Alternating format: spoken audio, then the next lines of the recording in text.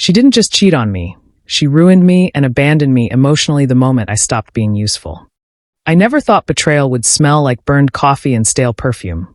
My name is Daniel, and until 2 years ago, I was the kind of man people trusted with money, contracts, futures, and promises. I ran a mid-sized construction logistics company in Ohio. I had loyal employees, steady growth, a clean reputation, and a wife I thought was my anchor, Emily, soft-spoken in public, sharp-tongued in private. Beautiful in a way that made strangers stare and me feel proud, maybe too proud. The collapse came fast, a bad investment, a supplier lawsuit, a bank that pulled credit early, and suddenly my company folded like wet cardboard. The trucks were repossessed, the office emptied, and my name went from respected to whispered, from invitations to silence, from handshakes to pity smiles. I told Emily it would be temporary, that I would rebuild, that I had contacts, skills, experience, all the things that had gotten me there in the first place, but she looked at me like I had turned into someone else, like failure had rewritten my face. The change in her was subtle at first, less warmth, more sarcasm, comments that cut sideways instead of straight, jokes about how the lights might get shut off, how maybe she should start looking for a real man again. She said it laughing, but her eyes didn't laugh, they measured. I started noticing late nights, her phone angled away, sudden gym memberships, new clothes we couldn't afford, perfume I didn't recognize, explanations that didn't quite line up, but I wanted peace more than truth. So I swallowed my instincts like bitter medicine. Then one night I came home early from a temp consulting gig, exhausted, humiliated by how far I'd fallen. And I heard laughter upstairs, not the kind of laughter you share with a friend. It was breathy, intimate, careless. I stood at the bottom of the stairs, heart pounding, brain screaming at me to stop, to turn around, to protect whatever illusion I still had, but my feet moved anyway. The bedroom door was half open, the lamp low, sheets tangled, and there was Emily, wrapped around a man I recognized instantly, Ryan, a regional developer who used to bid against my company, now apparently bidding for my wife. The look on her face when she saw me wasn't guilt. It was annoyance, like I had interrupted something I had no right to interrupt. She didn't scramble to cover herself, didn't cry, didn't apologize. She just sighed and said, "Well, you weren't supposed to be home yet." Ryan smirked, pulled on his shirt like he owned the place, and gave me that predator glance men give when they think they've already won. I didn't yell. I didn't swing. I felt hollow, like someone had scooped out my insides and left an echo. I asked Emily one question. How long? She shrugged, like the answer didn't matter. Since you lost everything, I couldn't keep pretending. I need stability, not dreams. That sentence burned deeper than the betrayal itself, because it confirmed what I had feared. She didn't just cheat on me. She abandoned me emotionally the moment I stopped being useful. Within a week, she filed for divorce, demanded the house, the remaining savings, even my grandfather's watch, claiming it was a gift to the marriage. Her lawyer was aggressive, efficient, ruthless, and I was too drained to fight properly. I moved into a small apartment with peeling paint and thin walls, listening to strangers argue through drywall while my life dissolved in paperwork. What I didn't know yet was that the betrayal ran deeper than the bedroom. 3 months after the divorce finalized, I got a call from an old accountant friend, Marcus, nervous voice, hesitant words. He asked if I had authorized Emily to access some of my old business documents before the collapse. My stomach dropped. Apparently, sensitive financial projections, supplier contacts, internal bid strategies had been leaked to a competitor right before several key contracts fell apart. And guess who benefited most? Ryan's company. The puzzle snapped together like a cruel joke. Emily hadn't just left me after I failed. She had helped create the failure. Pillow talk, copied files, casual photos of documents sent in secret.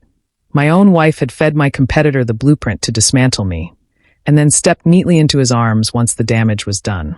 I didn't confront her, not then. Rage is loud, but revenge is patient.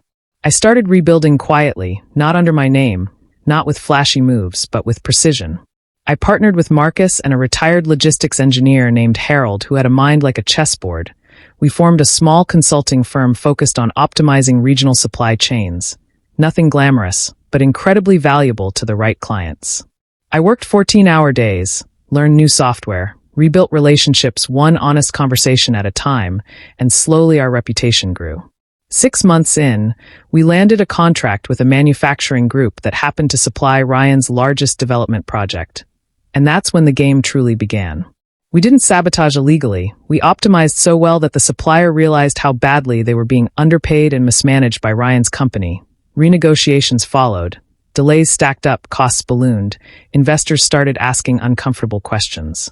At the same time, I quietly acquired debt from one of Ryan's smaller subsidiaries through a shell LLC, legally, cleanly, patiently, giving me leverage he didn't even know existed. I attended industry events again, not as the broken man people remembered, but as a calm, composed consultant with insight, confidence, and quiet authority. People listened again. Doors opened again. Emily noticed before Ryan did. She started viewing my LinkedIn profile, liking old posts, sending vague texts like, "Hope you're doing okay," and "Crazy how life changes." I ignored every message. Silence can be sharper than any insult. The real twist came when a junior analyst from Ryan's firm reached out anonymously, claiming financial irregularities, inflated invoices, misreported margins, and internal pressure to hide losses from investors. I verified everything with Marcus. The evidence was solid, devastatingly solid. I didn't leak it recklessly. I positioned it strategically, first to a regulatory consultant, then to a cautious journalist known for thorough investigations, then quietly to a major investor who had no tolerance for risk. The dominoes began to lean. Audits were announced. Stock partners froze funding. Banks tightened credit. One evening, nearly 2 years after I had caught them in my bedroom, I attended a charity gala downtown, tailored suit, polished shoes, calm smile, and there they were, Emily and Ryan, tension written all over their faces, whispers following them like shadows. Emily saw me across the room and froze, her eyes widened just slightly, the way fear leaks through makeup and posture. Ryan followed her gaze and stiffened. I walked past them slowly, not acknowledging them at first, then paused just long enough to look Ryan directly in the eyes and said calmly, "Funny how unstable foundations always collapse eventually. Hope you're managing the stress," and kept walking. The next month was brutal for them. Ryan's company lost 2 major contracts. The audit uncovered accounting manipulation. Investors demanded leadership changes. Lawsuits piled up like debris after a storm. Emily's lifestyle shrank fast. Designer bags disappeared. Luxury apartment downgraded. Public smiles replaced by forced optimism and brittle silence. Then she finally called me, voice shaking, not apologetic, not loving, but desperate. She said Ryan was blaming her, that the money was running out, that people were turning on them, that she didn't understand how everything had fallen apart so quickly. I listened without interrupting, letting the weight of her choices press down on her own words. I told her calmly, "You helped destroy my life when you thought I was finished. Now you get to feel what unfinished really looks like." And I hung up. What she still doesn't know is that the debt I acquired gives me the power to force a restructuring that could remove Ryan entirely from his remaining assets, and possibly put his personal guarantees at risk, including properties he transferred into Emily's name for tax sheltering. Legally, quietly, surgically. Every move now feels like a chess endgame, controlled, deliberate, satisfying in a way anger never was. The man who once stood shaking at the bottom of his own staircase is gone, replaced by someone colder, sharper, and much more patient. Last week, I received a notification that Emily had tried to access one of my old shared cloud folders again. The same way she used to when she was stealing from me before. Habits die hard, even when the world is burning around you. I smiled for the first time in days, because it meant she was searching for a lifeline, a weakness, a way back into my orbit, and that told me exactly how scared she really was becoming, and how close the final turn of this story might be getting, even though none of them yet realize how much further the fall still has to go. 2 days later, the court approved the forced restructuring tied to the debt my shell company controlled. Ryan was quietly removed from operational authority, his personal guarantees triggered, and every asset he had shifted into Emily's name was frozen pending review. The same legal tricks they once used to feel untouchable now wrapped around them like a tightening wire.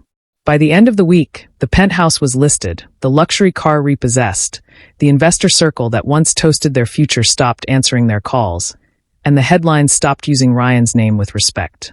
Emily showed up at my office unannounced, eyes hollow, confidence stripped down to raw panic. She whispered apologies that sounded rehearsed and empty, asking if we could talk about us, about forgiveness, about second chances, like love was a contract she could renegotiate now that the market had crashed. I looked at her calmly and said, "You didn't just betray me, you invested in my destruction, and now you're living off the returns." Then I asked security to walk her out, not with anger, but with finality. As the elevator doors closed behind her, my phone buzzed with confirmation that the last transfer had cleared, the leverage released, the chapter sealed, my company stable, my future mine again, and the silence that followed wasn't lonely anymore. It was peaceful, earned, and permanent. Thanks for watching. Please like, comment, and subscribe for more stories.